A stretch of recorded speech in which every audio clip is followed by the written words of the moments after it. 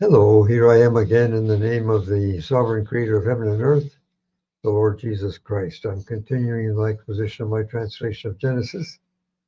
We've now come to chapter 21, the birth of Isaac. I'll first read verses 1 through 7. And then Jehovah visited Sarah as he had said. Yes, Jehovah did for Sarah as he had promised. And Sarah conceived and bore Abraham a son in his old age at the appointed time which God had spoken to him. And Abraham called his name, the name of his son who was born to him, whom Sarah had born to him, Isaac. And Abraham circumcised his son Isaac when he was 8 days old, as God had commanded him. Abraham was 100 years old when Isaac his son was born to him. And Sarah said, God has made laughter for me. Everyone who hears it will laugh with me. And she said, who would have told Abraham that Sarah would nurse children? For I have borne him a son in his old age. Just one thing I want to comment on in this paragraph at the very beginning. As is typical of Hebrew discourse structure, the topic changes without maintaining chronological sequence. If we wanted to keep the sequence here, the translation would be Jehovah had visited Sarah as he had said, yes, Jehovah had done. So, but I read it differently like the new topic. Now let's read verses 8 through 14. And the child grew and was weaned, and Abraham made a great feast on the day that Isaac was weaned.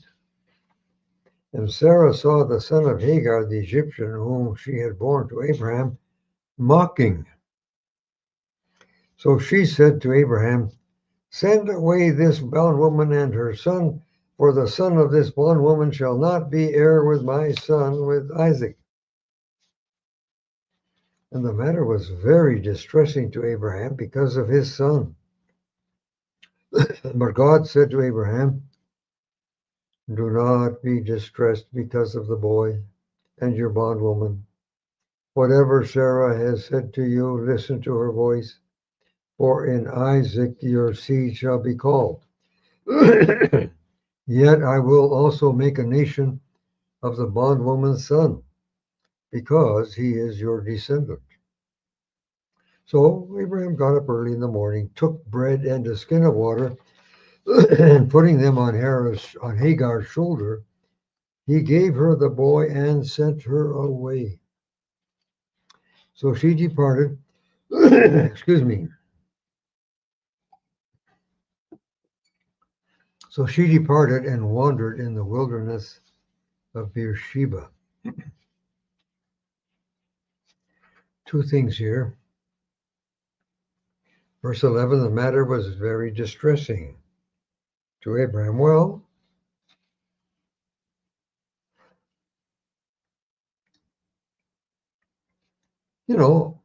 all said and done, Ishmael was his son, and Abraham had affection for him. Remember what he said in chapter 17, verse 18. That was tough. But that wasn't all. Abraham put bread and a skin of water on her shoulder, gave her the boy, and sent her away. That was tough. Where Hagar was not to blame for anything. Come on. She was merely a piece on the chessboard. Well, she wandered around because she didn't know where to go. All of this took her very much by surprise. But God kept his eye on her.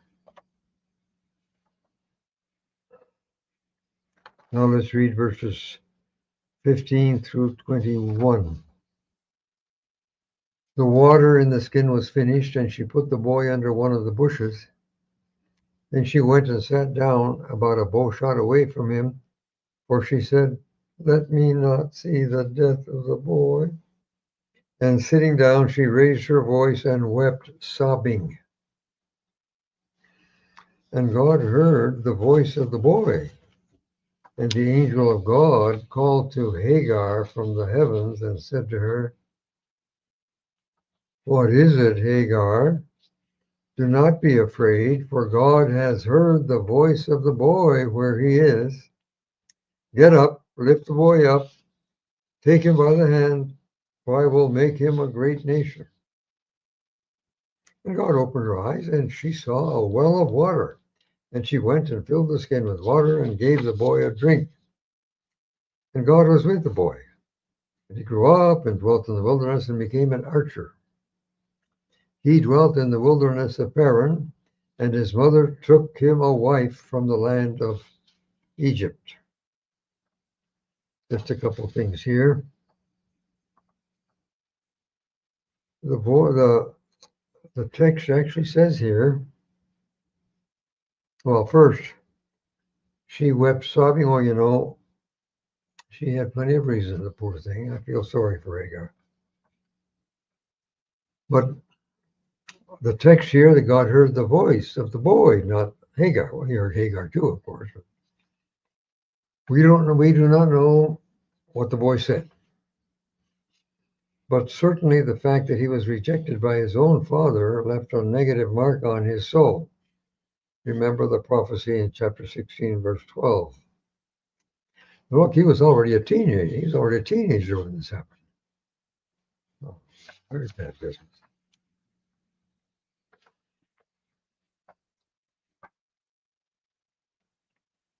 However, verse 20 says that God was with the boy. God protected him.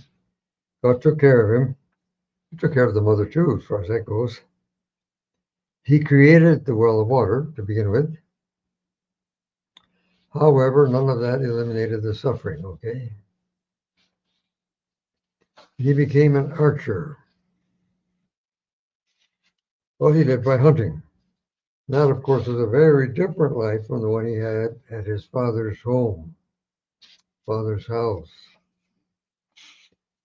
Now, you remember that Hagar was an Egyptian, so she must have had relatives in Egypt. That's where she got a wife for her son. Now, verse 22 just changes the subject altogether. Verses 22 through 34. And it came to pass at that time that Abimelech, with Phicol, the commander of his army, spoke to Abraham, saying, "God is with you in all that you do. Now, therefore, swear to me here by God that you will not deal falsely with me, nor with my son, nor with my grandson. According to the kindness with which I have treated you, you will treat me in the land wherein you have sojourned." And Abraham said, "I will swear." Then Abraham complained to Abimelech about a well of water which Abimelech's servants had taken by force. Then Abimelech said, "I do not know who has done this thing, and you also did not tell me, nor did I hear it until today." Then Abraham took sheep and oxen and gave them to Abimelech, and they both made a covenant. And Abraham set 7 ewe lambs of the flock by themselves. And Abimelech said to him, what do these 7 ewe lambs mean, which you have set by themselves?" And he said, "You will receive these 7 ewe lambs from my hand, that they may be my witness that I dug this well." That is why the place was called Beersheba, because they both swore there. So they made a covenant in Beersheba. Then Abimelech got up, and Phicol, the commander of his army, and they returned to the land of the Philistines. And Abraham planted a tamarisk tree in Beersheba, and there he called on the name of Jehovah, the everlasting God. And Abraham lived in the land of the Philistines many days.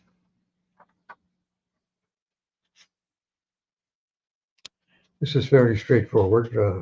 As you recall, Abimelech had already had experience with Abraham, but he knew that God was blessing him.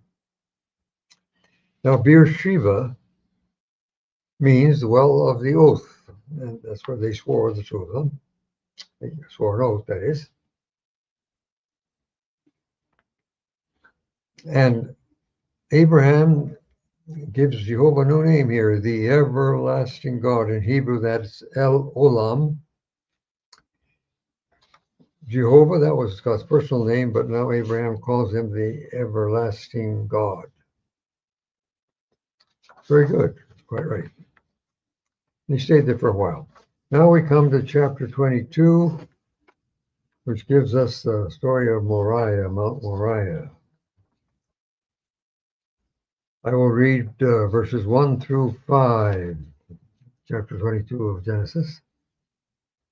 And it came to pass after these things that God tested Abraham and said to him, Abraham, and he said, Here I am. Then he said, Take now your son, your only son whom you love, Isaac, and go to the land of Moriah and offer him there as a burnt offering on one of the mountains which I will indicate to you. Then Abraham got up early in the morning and saddled his donkey and took with him 2 of his young men and Isaac his son, and he split wood for the burnt offering. He got up and went to the place that God had told him. On the 3rd day, Abraham lifted up his eyes and saw the place afar off, and Abraham said to his young men, Stay here with the donkey. I and the youth will go over there where we will worship, and we will return to you. For the moment,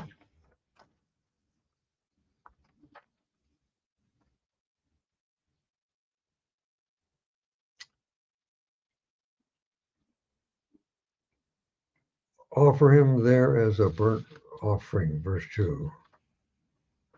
I think we can agree that the test was very hard, not to say cruel. That was tough, all right. But Abraham obeyed without delay.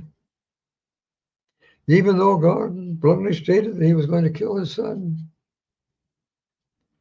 2 Chronicles chapter 3 and verse 1 records that Solomon built the temple on Mount Moriah. Also Golgotha is nearby there. That's by the way.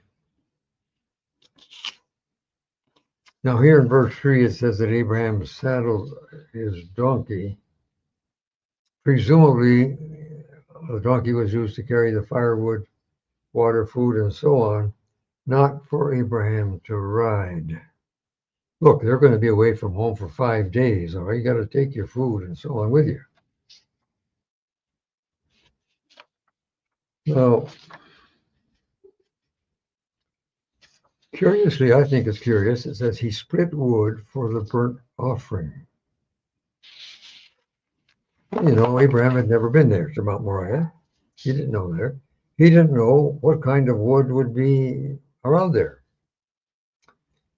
Also, of course, the firewood had to be dry, not green. Okay? And you know that not all wood is good firewood.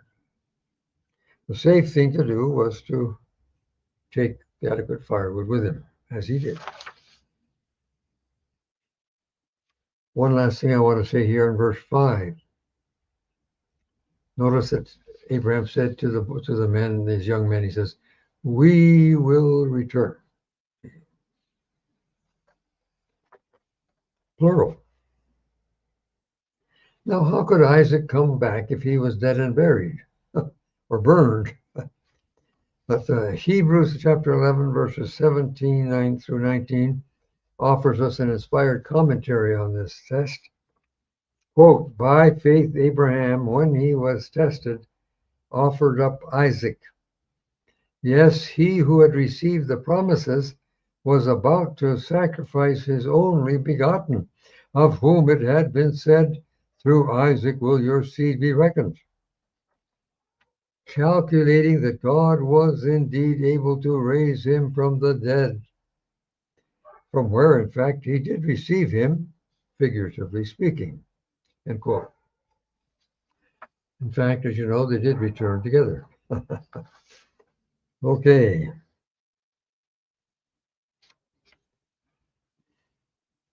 Now I want to read verses 6 through 12. Then Abraham took the wood of the burnt offering and laid it on Isaac his son. And he took the fire and the knife in his hand, and they both went together. Then Isaac spoke to Abraham his father and said, "My father." And he said, "Here I am, my son." And he said, "We have the fire and the wood, but where is the lamb for a burnt offering?" And Abraham said, "God will provide for himself the lamb for a burnt offering, my son." And both went on together. When they came to the place of which God had told him, Abraham built an altar there and placed the wood in order, and he bound Isaac his son and laid him on the altar upon the wood. Then Abraham stretched out his hand and took the knife to kill his son. But the angel of Jehovah called to him from the heavens and said, "Abraham, Abraham." So he said, "Here I am." Then he said, "Do not lay your hand on the youth, nor do anything to him. For now I know that you are a God-fearer, since you have not withheld your son, your only son, from me." For the moment. Verse 6 says that he took the fire. Now, Abraham must have taken a brazier with live coals when he left. Sure, they spent the night twice on the way and would want fire. They'd want to have warm food, all right? And by doing that, they could renew the embers every time. They had another 2 days to get home. Now, of course, Isaac, he's trying to figure things out. He says, "Okay, Father, we got fire and wood, but where's the lamb?" Notice what Abraham said. He gives him an indirect answer. "God will take care of it, my son." Now, if Abraham really expected that God would provide a substitute lamb, I don't know, but God waited until the last moment, all right? Now, Isaac was a young man, all right? He was strong enough to carry the wood. He could have defended himself. He could have stopped the father from tying him up. But he meekly submitted. Perhaps there was a sovereign action of God in the case. I don't know.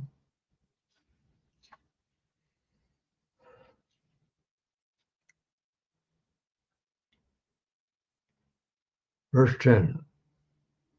Abraham picked up the knife to kill his son. Well, of course, Isaac would not be burned alive. As a matter of fact, if you think back, none of the animal sacrifices in the Old Testament were burned alive. They were killed first, and they were, why would you burn them alive? That's unnecessary. But Abraham was really going to kill his son.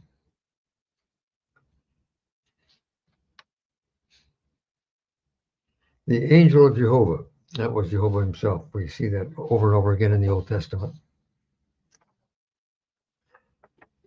Now, really, this is strange about God saying, "Now I know that you are a God-fearer because you haven't." Well, God knew that all the time, all right? He knew that beforehand, but maybe Abraham had to prove it. That was tough, all right? That was really tough. For more, you might see James chapter 2, verses 21 through 24, but I won't read that now. Now let's look at verses 13 through 19. Then Abraham lifted up his eyes and looked, and there behind him was a ram caught by its horns in a thicket. So Abraham went and took the ram and offered it up for a burnt offering instead of his son. And Abraham called the name of that place Jehovah Jireh. As it is said to this day, the mount of Jehovah, or in the mount of Jehovah, it will be provided.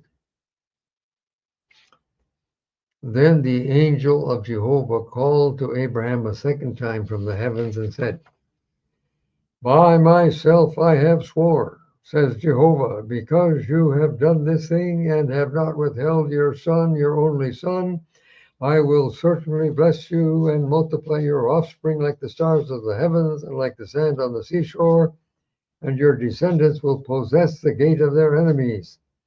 Through your descendant, all the ethnic nations of the earth shall be blessed, because you have obeyed my voice. Then Abraham returned to his young men, and they rose up and went together to Beersheba, and Abraham lived at Beersheba. First, Jehovah's name. Jehovah Jireh means will provide. Jehovah will provide. As a matter of fact, he did. Now, it's curious, I find, that the mountain got this name, in the Mount of Jehovah, like that was a special mount, all right, as of course it was. That's where the temple was built and so on. In the Mount of Jehovah it will be provided. Sure enough, to this day, if you belong to Jehovah, he'll take care of you. Now here, God repeats everything he's already said a couple times. And at the end in verse 18, he said, because you have obeyed my voice. But all the other times that God had made, he did it without precondition. Now he says, because you obeyed my voice. Well, I keep wondering, why did God keep repeating that promise over and over again? I don't know. Now we come to something totally different, verses 20 through 24, which will be the end of this chapter in this video. And it came to pass after these things that Abraham was told, saying, indeed, Milcah also has borne sons to your brother Nahor. Uz, his firstborn, Buz, his brother, Kemuel, the father of Aram, Kesed, Hazo, Pildash, Jidlaph, and Bethuel. And Bethuel begot Rebekah. Michael bore those 8 to Nahor, Abraham's brother, and his concubine, whose name was Reumah. She also bore Teba, Gaham, Tahash, and Maacah. Wow. Nahor had 12 sons. Quite apart from daughters. We're not told about the daughters. Evidently, it was standard procedure to have more than one wife. But here, of course, we have had Bethuel and Rebekah introduced, and we'll get more about them later. Okay, that's it for this time. Thanks for watching, and God bless.